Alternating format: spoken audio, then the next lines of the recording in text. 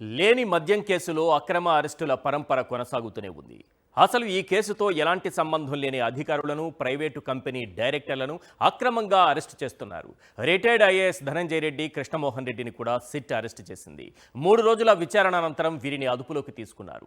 నిజానికి గత ప్రభుత్వంలోని ఎక్సైజ్ శాఖతో కానీ, బేవరేజెస్ కార్పొరేషన్తో కానీ వీరిద్దరికీ ఎలాంటి సంబంధమూ లేదు. అయినా రెడ్ బుక్ రాజ్యాంగంలో అరెస్టుకు కాదేది అనర్హమన్నట్లుగా వ్యవహరిస్తున్నారు. ఇంతకీ ఈ ప్రభుత్వం లక్ష్యమేంటి? అందరినీ అరెస్టులు చేసి ఏం నిరూపించుకోవాలనుకుంటున్నారు? కోర్టులు ఆగ్రహం వ్యక్తం చేస్తున్నా ఎందుకు లెక్క చేయటం లేదు? ఆధారాలు లేకపోయినా ఎలా అరెస్టు చేస్తున్నారు?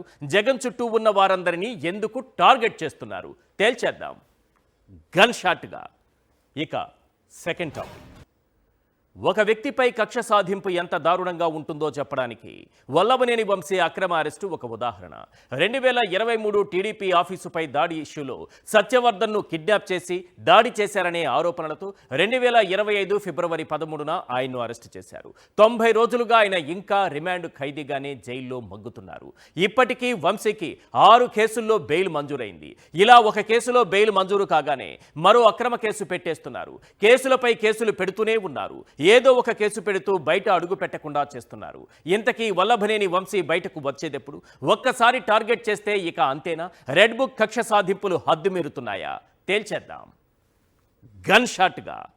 ఇక థర్డ్ టాపిక్. దేశంలో మునుపెన్నడూ చూడని ఒక సంస్కరణను జగన్ మొదలు పెడితే దానిపై విషం చల్లాలి. అదే సంస్కరణ కొనసాగిస్తామని బాబు చెబితే అదొక అద్భుతం అంటూ కీర్తించాలి. ఏపీ రాజకీయాలను కీన్గా అబ్జర్వ్ చేసే వాళ్లకు ఇది బాగా అర్థమవుతుంది. ఇదంతా ఇంగ్లీష్ మీడియం గురించే. చంద్రబాబు హయాంలో రేపో మాపో కూలిపోయినట్టుగా ఉండే ప్రభుత్వ బడుల రూపురేఖలు పూర్తిగా మార్చి అందులో ఇంగ్లీష్ మీడియం ప్రవేశపెడితే చంద్రబాబు, పవన్ కళ్యాణ్ నుంచి దేశంలోని అత్యున్నత పదవులు వెలగబెట్టిన వ్యక్తులు, ముసుగు మేధావులు, పచ్చ పత్రికలు చెమ్మిన విషం అంతా ఇంత కాదు. మాతృభాష మీద లేని మమకారాన్ని ఒలకబోసి పేద పిల్లలకు ఇంగ్లీష్ మీడియం చదువులు అందకుండా చేసిన కుట్రలు అన్నీ ఇన్ని కావు. అధికారంలోకి వచ్చాక అవే కుట్రలు కొనసాగించారు. కానీ ఇటు పిల్లలు, అటు వారి తల్లిదండ్రుల నుంచి తీవ్ర వ్యతిరేకత రావడంతో వెనకడుగు వేశారు. ఇంతకీ ప్రభుత్వ బడుల్లో ఇంగ్లీష్ మీడియానికి గ్రీన్ సిగ్నల్ వచ్చేసిందా? రానున్న విద్యా సంవత్సరం నుంచి ప్రాథమిక, హైస్కూళ్లలో ఒకే మాధ్యమం ఉండబోతోందా?